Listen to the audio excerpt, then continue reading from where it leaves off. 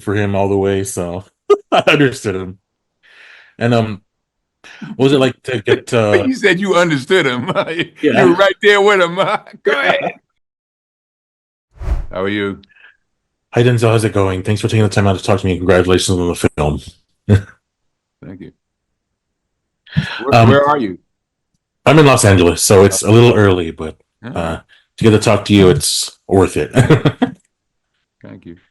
um, my first question for you is I think one of my favorite parts about Macronus is his swagger. He's got the rings, he's got the robes. What was it like to step into that that little Roman fantasy and get to like uh embody all of that, all of Macronus's It was fun. It was brilliant. Every set, everything we saw looked like what it would be. So you always felt like you were in Africa or in Rome or in, the streets of Rome. So that made the make believe of it all, the imaginary part of it all, easier to do. And were in the hands of a brilliant director. So it was amazing that he was able to shoot the film in 51 days. Made my job easier. know that it was really looked like an immersive world. Was it kind of like sensory overload walking into it all, especially since I heard the set was built on the same set the first one was the same location that the first one was filmed in. So No, you got me. Day after day, you start getting used to it, and you're comfortable with it, and everybody's walking around. Then a truck would pull through and take you out of it. But it was fun. Mhm. And Macrodus is definitely one of those complex, nuanced characters where, even though he's scheming, duplicitous, villainous, I understand his motivations, and at times I was rooting for him. Actually, you Go. like I playing? like you. Yeah, See? I You want to go understood on the him. tour with us? Yeah, I'd love to.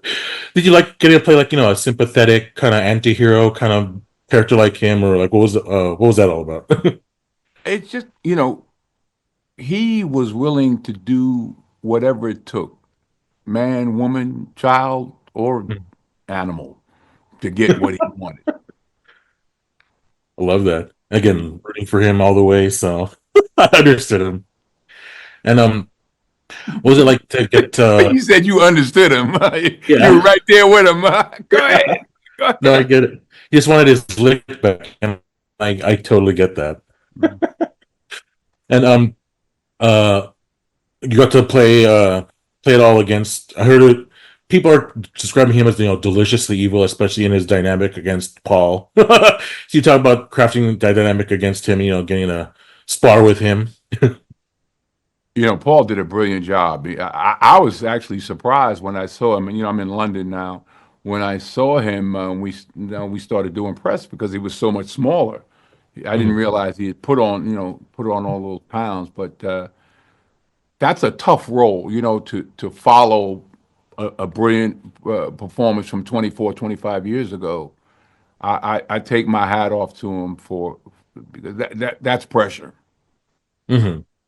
Speaking of pressure, obviously the first film was a touchstone and iconic in its own right.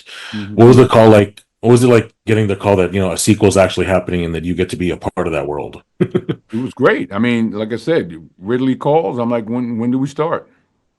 Mhm. Simple as that. Easy call to take. And I know I spoke about sensory overload earlier, but from what I could see, the world of ancient Rome is all grit and grime and dirt and sweat. So I'm sure the smells and the scents back then were wild. Is it like a modern fragrance or scent you would take back then if you could to help relieve all of that? Which one would you pick? Lysol. Nice song. Spray it everywhere. Y'all need Yeah, it. just yeah.